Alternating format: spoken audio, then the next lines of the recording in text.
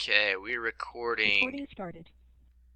So, all right, let's get going. Today we're going to talk about a couple things. We're going to talk about one, a budget, and two, credit. So, some interesting things there. So a couple things, being able to keep pace with the class and everything like that. So right now, I think this is where I'm at. I'm pretty sure I did that. So I've zeroed out quizzes, lessons 8 and 9 quizzes. So if you haven't done those yet, and I put a 0 in last night, it's all right. You can still do them. Just make sure you kind of get them done by that time. A couple other things. I gotta change my thing to something cool. There we go. All right, that's better. Little finger pointer. Okay, so the end of this week, you should have like lesson 10 and lesson 11 done. So anything that has a 10 in front of it or 11. And then we only got like a couple more weeks. We're like flying by, guys. This is only a block class, so it goes super, super fast. But I do have a built-in week there for you to catch all up, okay? So if you are behind a little bit, that's great, but I'd rather you just be on time, get flying through it, and then kind of go that way, okay? Yeah, so let's get kind of rolling on things, okay? So what we're going to do today is first we're going to talk about spending plans, okay? So will you let us know if we are behind? Yes, I will. So what I do is I zero out everything, right? If you're not following that calendar, you'll receive probably like a text from me or a phone call, just letting you know that you are behind. But I believe you're all good to go, okay? Raymond there, so no issues. Okay, so what is a spending plan? Okay, so a spending plan is a tool used to record and track projected actual like your income, like how much you make, and expenses over a certain period of time. Like usually a monthly budget is usually a good way to track it. Okay, so what I'm going to do first off here is I'm going to open up your guys' whiteboard permissions, and I want you to write on the board real quick what you have to budget for.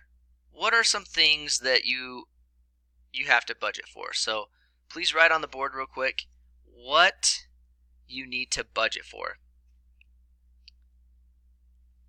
What are some things you need to budget for? So for those coming in right now, you have whiteboard permissions, and you're going to write on the board what you need to budget for. Yeah, so things like that. So somebody put on the chat living expenses, okay? But I want you to write on the board real quick, so that should be open to you. What are things you need to budget for? Okay, we have some on here already. It says car, college, rent, food, bills, okay? All of those and more, okay? Maybe buying a house, yeah. So you need to know how much you need to save each month to buy a house. Okay, monthly services, very good. So you got monthly services. Most people pay like their automobile insurance monthly. So that's like a service. Rent, okay? Rent is usually due per month, okay? Utilities, okay? If you want to keep your house warm and AC on and all that fun stuff, you have utilities you need to pay, okay? What else do we got on there? Come on, there has to be more than that. We've hit quite a few, but there's just so many different things. Okay, what about fun stuff to do? Entertainment, I guess you could call it. Okay. You may not think about that, right? So entertainment. Okay, somebody said vacations on the one side. Yeah, vacations, you got to budget for those. If you're going to go somewhere, you can't just spend the money and think about it later, right? Anything else? What are some other things you need a budget for? Maybe some things you don't think of. Okay. Okay, good. A specific item you want to buy. Okay, so think about, if there's a DVD you want, or if you want to go out to the movie. Okay, going out to the movies these days is expensive. It's like if you get popcorn, a drink, a movie ticket, you're at like $20 a person sometimes. Okay, so you may have to like budget in what you see. You may not be able to go to see a movie every month, especially if you're providing for yourself. Okay, I gotta tell you, I haven't been to a movie theater in a long time. So, all right, okay, let's think about some other stuff here as we're rolling down. Okay, so on a budget, you're gonna do a couple things. Okay, now you don't have to put it into like a paper thing. We'll talk about the different ways of adding to a budget, that kind of stuff. But you need to do your earned money. Okay, so earn money from an employment or retirement fund, right? I'm sure you guys don't have retirement funds yet. Usually can't draw until later in life. But how much money you get each month, okay? All right. So also maybe some unearned income. So if you get something like your birthday, your grandma always gives you like $100 or something like that. I mean, that'd be nice. Wish mine would. But you can always get that and say, okay, I can put that in my monthly budget. Okay, one of the things it says you want to do is look at paying yourself first. Okay, and this is really kind of hard to do because you got all of these other expenses, but they always say, hey, if you pay yourself first and build up your little nest egg of money to be able to draw from for retirement, for all that kind of stuff, that's going to help you throughout the long run. Okay, and then you have what they call your fixed expenses. Okay, so that's something that comes up like every month, most likely, okay, or every 2 weeks or something like that. But you're going to have to pay it. So like a car payment or a house payment. I know every month I'm going to have to pay that bill. Cell phone bill. Nobody put that on there. That one gets expensive too. Utilities. Okay, every month you're going to have to pay for it. Okay, and then you also have your variable expenses. Okay, so they may or may not happen each month, but you need to kind of add those in. So let's say, well, that's not a good example. We'll do a wedding instead of a death. How's that? So let's say, oh, my cousin is getting married, and I want to go to the wedding. Okay, but the wedding is out of state, and so I'm going to have to drive up there, and it's going to cost me $150 in gas. I'm going to have to stay at an Airbnb. I'm going to have to do that, so it's going to cost me an extra $250. Okay, so that would be something that's kind of maybe doesn't happen every month, right? But you need to work it out and budget in there. Okay, so here are some guidelines when looking at a budget. Okay, so when you're looking at a home, your house and utilities should be about 30% of your take-home income. Okay, so for example, if you have like $1,000 house payment, utilities are going to be another like $250, so you're at $1,250. That means in order to meet that 30%, you need to bring in about $4,000 a month, okay, to hit that 30%, okay? All right, your food and household would be 20% of that, okay?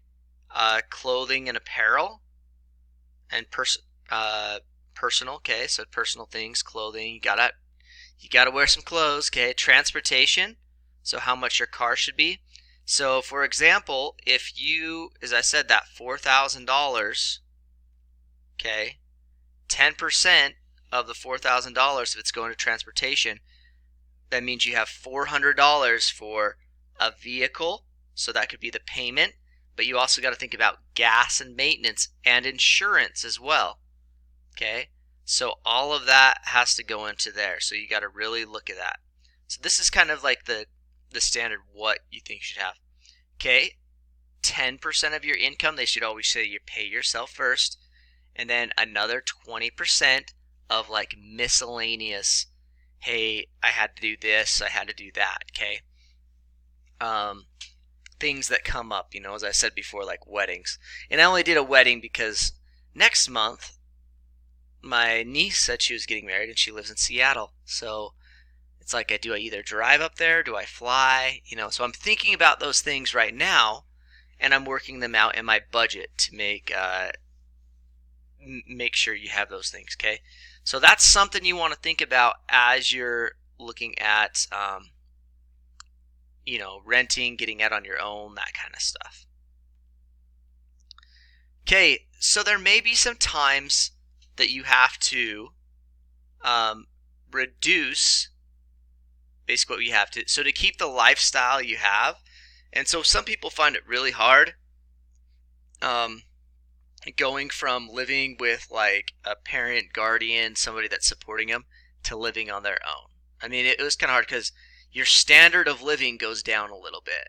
Okay, instead of eating good food, I'm eating the macaroni and cheese ramen noodle kind of thing when I'm in college. Okay, so here's some ideas to reduce spending, so then you can get more bang for your buck, is what they say, right? So you get more things. So all right, do comparison shopping. Okay, so does anybody ever do that? I mean, it's real easy online now, where you can just get two different things of the same thing and find the best price. Okay, using coupons. Avoid impulse purchases. Okay, so it's like, oh, I really want that, I'm just going to buy it right now, right? Buying items that are on sale rather than not on sale. Okay. Carpooling, walking, or riding a bike.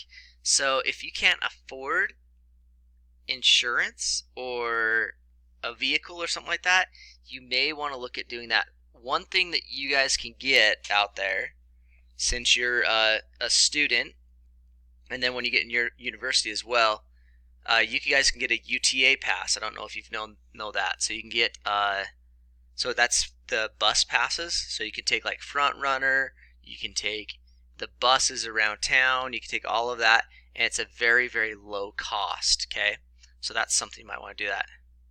So somebody said, dude, gas is expensive. You brought an electric longboard to get around town. Oh, awesome.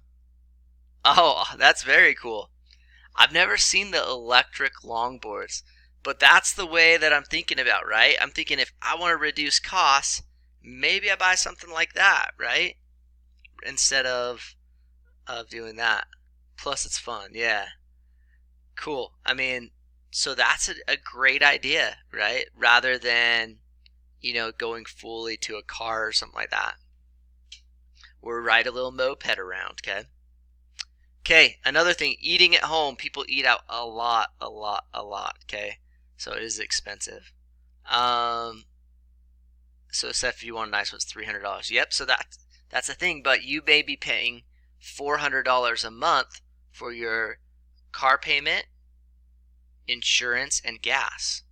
So if you take 1 month and save up and buy that, then you can do that. Yep, very good. That, as Joshua said, it pays back itself sometimes. Yep, if you're using it for all of that stuff. Okay, so maybe look at eating at home, eliminating, reducing impulse purchases, vending machines, convenience stores. I know that killer out there is Maverick. Oh my gosh, I go in there and they have like those Cinnabons, and I'm like, oh man, yeah. I'm like, I want a Cinnabon, right? But those are expensive, right? And they just hit you every once in a while. Shopping at thrift stores. So I do that. I buy all my stuff from like that Ross's Dress for Less because I'm cheap. Wearing hand-me-down clothing. I use frequent shopper cards. So those are a couple things we can do to just save some money there. Help you guys out in the long run. Okay, so to increase your income, okay, sometimes you just need to make more money, right? To live the lifestyle that you want to live, to be able to do that kind of stuff, okay? So, get a school that's after, so I said, yeah, same here, it's cheap. Yeah, Ross Dress for Less, good place, good place. So, after school weekend jobs, okay? So I sometimes do that. Like I have a side job that brings me some extra money so I can afford different things that I would like and stuff like that. Additional chores around the house, yard work.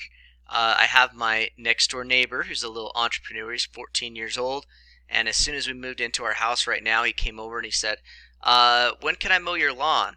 I'm like, okay. And I'm like, well, how much are you going to charge me? So he mows my lawn.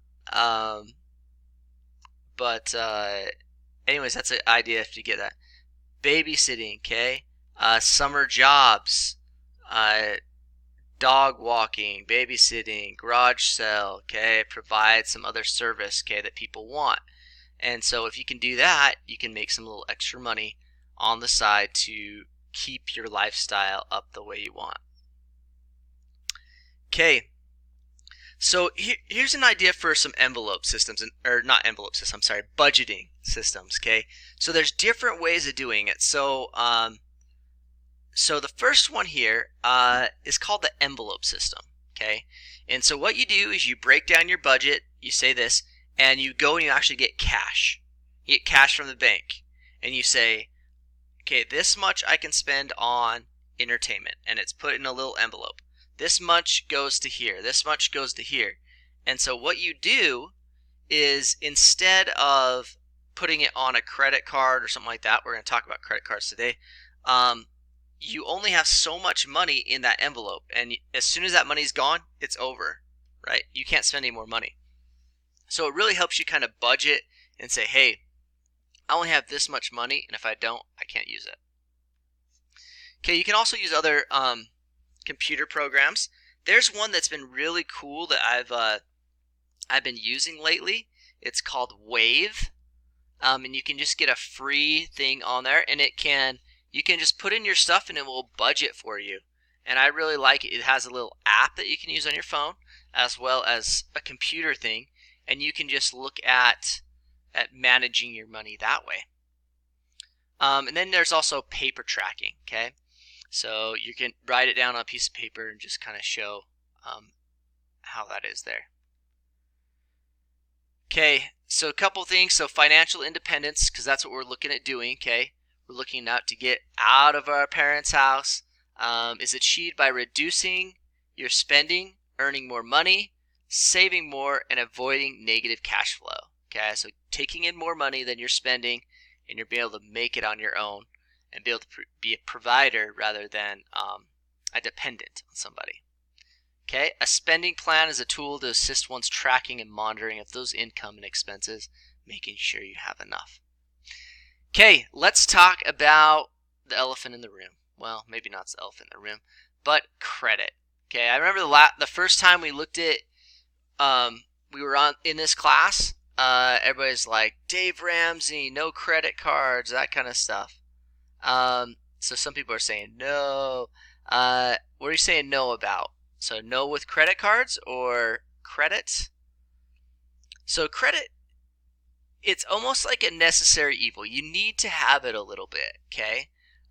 So credit, the first question is, what is credit? Well, credit is something that somebody lends to you money and they get some interest back. So they'll get their money back, plus you pay them a little bit to basically borrow that, okay?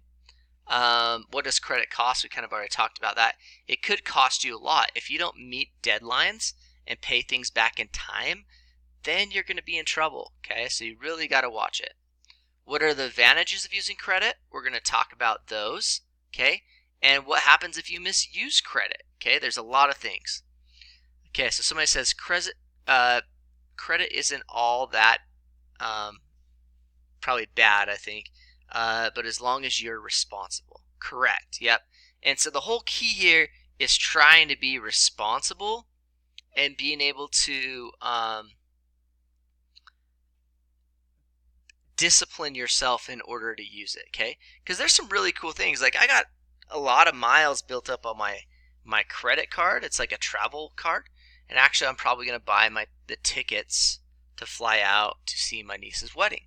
Okay, so you can use that, but you got to make sure you pay off everything. I would use it almost like a debit card, where if you spend all the money, you pay it back that same month on the due date. And if you do that every time, you're not going to pay interest in it, okay?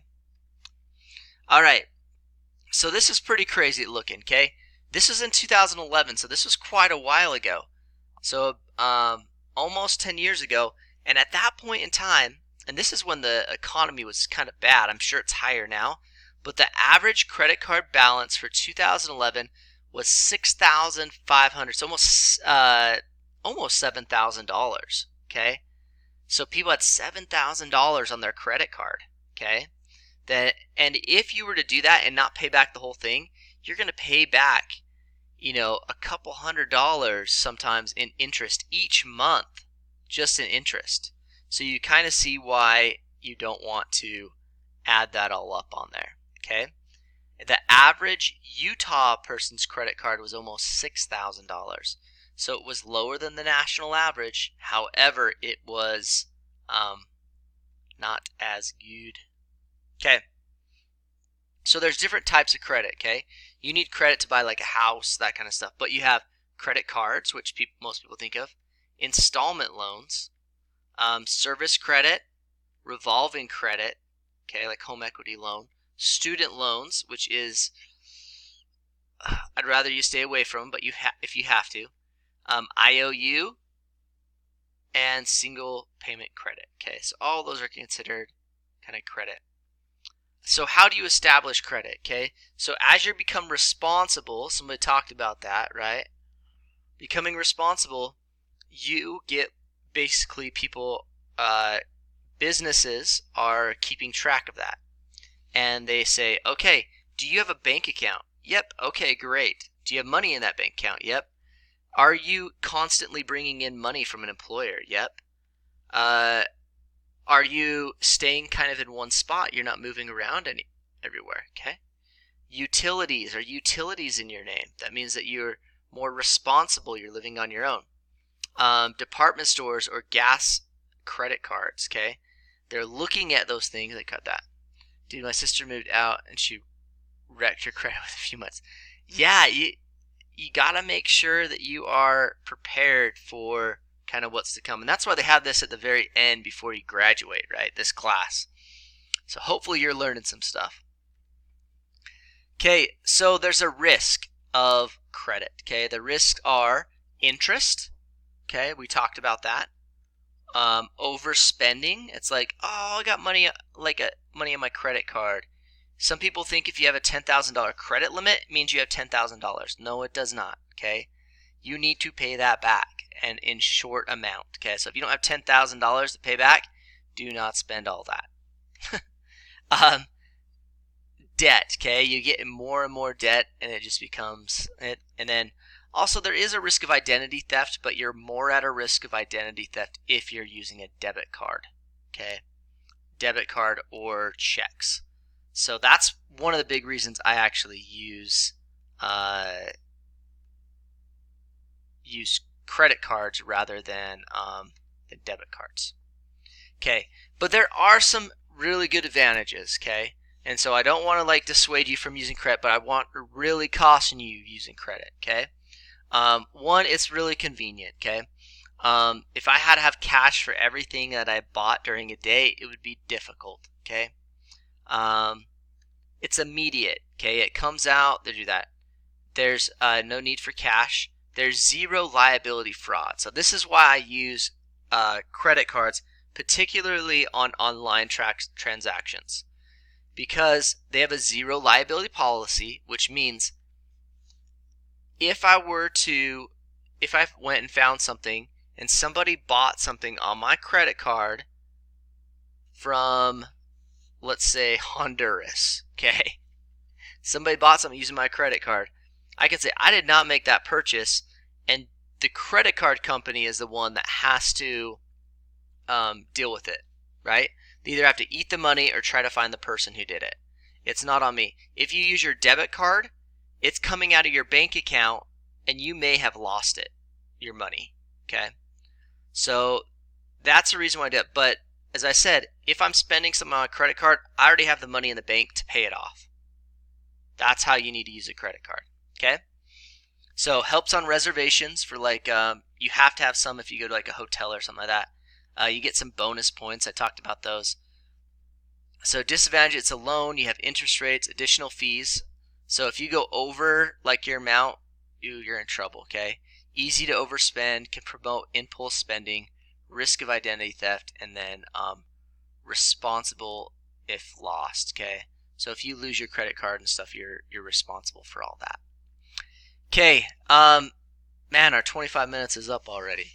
I'm sorry I had to run through everything, but any questions on credit cards or your thoughts, or as I said, I don't want to dissuade you from using credit cards, but I want to really caution you with using them inappropriately. Any thoughts, comments?